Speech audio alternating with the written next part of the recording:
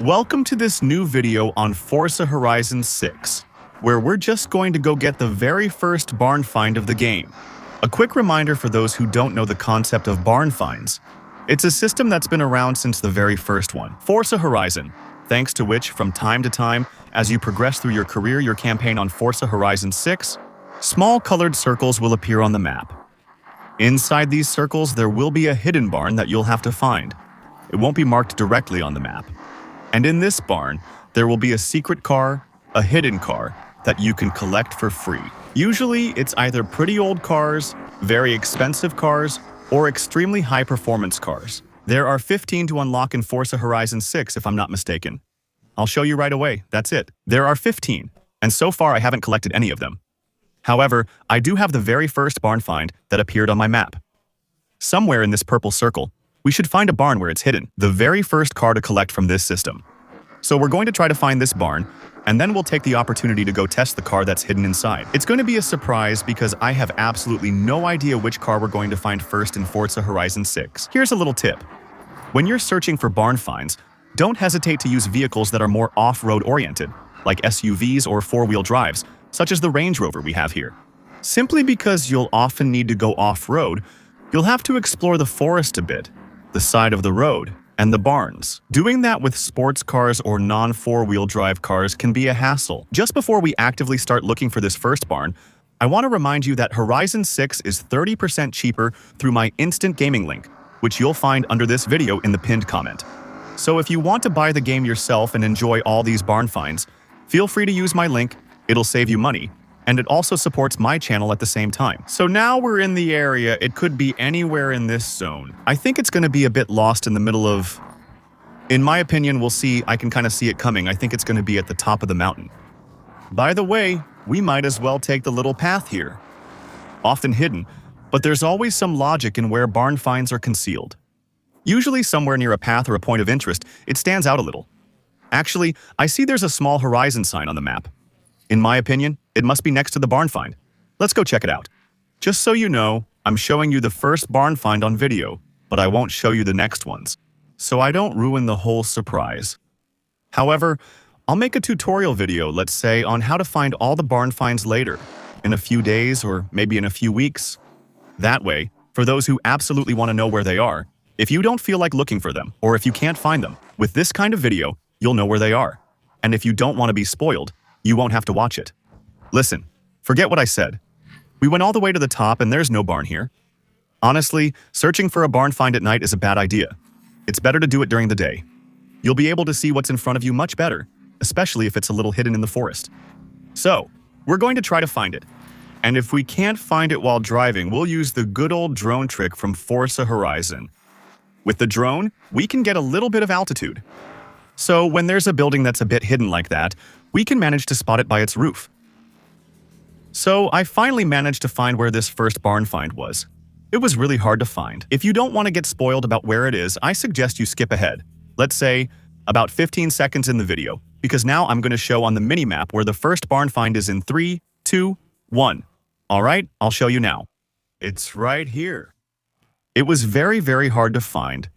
Honestly, I had to wait until daylight to spot it. At night, in the forest, it was literally impossible to find it. So now, we've found it. We're just going to go see what it is, plain and simple. We're retrieving it and inspecting the car we're picking up to assess its condition. We're going to go check all that out. Forza Horizon barns look like this. These are the buildings to watch for when searching for barn finds. I really can't wait. Wait for this one. This find will be the stuff of a legend. Grab a camera, get this on record. I can't believe it. NSXR. Oh yeah, alright, that's cool. That was a car that was extremely fast in Forza Horizon 5. Like, really a beast. A car that was actually among the best, simply put, in certain racing categories. Records on who took what. Well, it's in good condition. It seems whoever recovered it really loved the car. It has a few miles on it and has been incredibly well looked after. It's mechanically identical to the NSXR, which is rare in itself. The GT counterpart, which is extraordinarily hard to obtain, was built to improve their competitiveness in the Super GT class. Talk about one of a kind. I can't wait to see this on the road.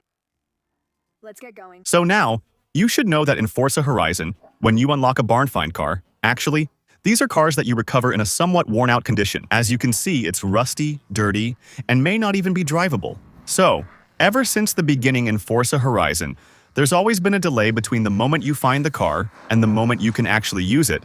Kind of like the game is simulating, let's say, the time needed to simply restore it to good condition. Some cars aren't worth much, so you wait 5 or 10 minutes. For the most valuable barn finds, worth millions, you might wait hours in-game. And usually, we'll go check if that's the case, but normally, I think it's possible. I believe you can pay to speed up the restoration of the car with those credits. So here, for example, if I go into barn find, well, I press start, barn find car, I press A to restore it, and it's still going to cost me 594,000 credits. Knowing that the longer you wait, the price keeps dropping until it hits 0, and you get the car for free. So here we have our little NSXR GT, which is very, very beautiful. Of course, now that it's this clean, it's pretty cool. So here we are in Forza Vista mode. We can take a look at the interior of the car. Obviously right-hand drive because it's an ultra-rare Japanese car that was only sold in Japan. There are some fabrics, a bit of leather. There's not much. This is a car that doesn't have a lot of equipment, obviously. It's a race car. The goal is to make something light. Oh yeah, the trunk isn't big. And the engine, which is in the back, the V6 there. This car is incredible. We're going to go test it out. So, since it's a race car, we're going to test it in a race. And so, I'm starting my very first street race, actually, on Forza Horizon 6. It's the first time I've had the chance to try this mode on this Forza Horizon. The idea behind street races is that they're races that take place in traffic. They're races, let's say, kind of like illegal street racing. Sometimes we encounter traffic cars, NPCs who didn't ask for any of this.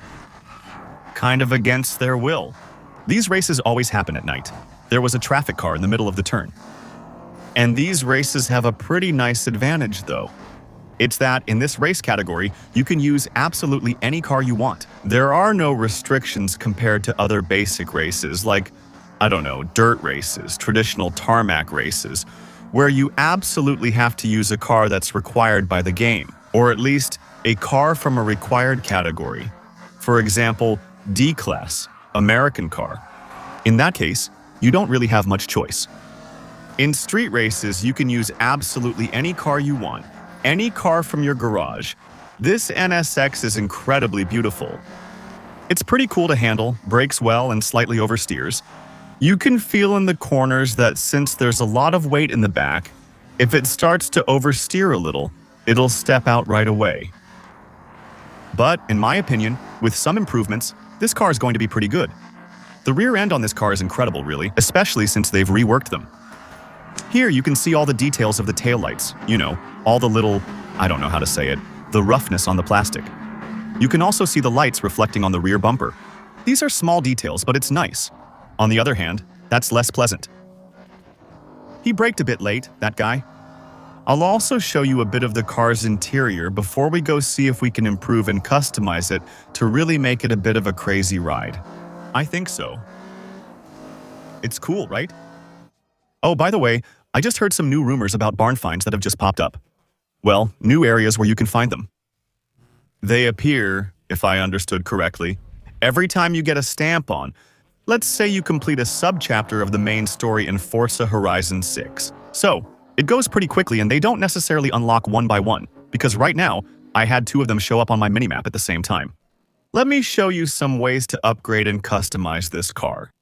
We're going to have quite a few parts available, but we're not going to install them because the stock engine, if I remember correctly, in Forza Horizon, is a very good engine. From what I remember, this car is pretty hard to drive when it's twin turbocharged. That makes it a bit unpredictable, which is why we're going to go with a supercharger instead. It might not be where we'll get the most power, but we'll still have a car with a lot of power that's easy to handle, at least normally. And I don't think the car offers much customization. We can install the Forza kit, which looks good, but there are no other body kits because, as explained earlier, this car is so rare there's been no real customization.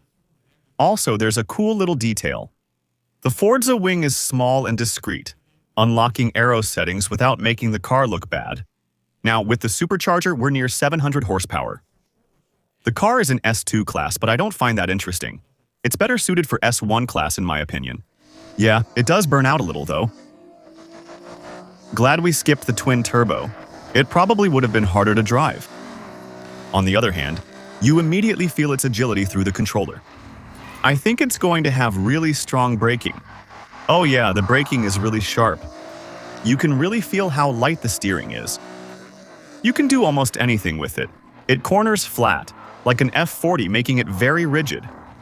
In the A and S1 categories, when well-tuned and upgraded, this car should be incredible. Well, we'll see in a little while. I think Forza Horizon will have a defined meta, but we'll see whether it'll be part of it. I'll keep you updated in a video, so be sure to subscribe. Please like and follow me on Twitter for live stream updates.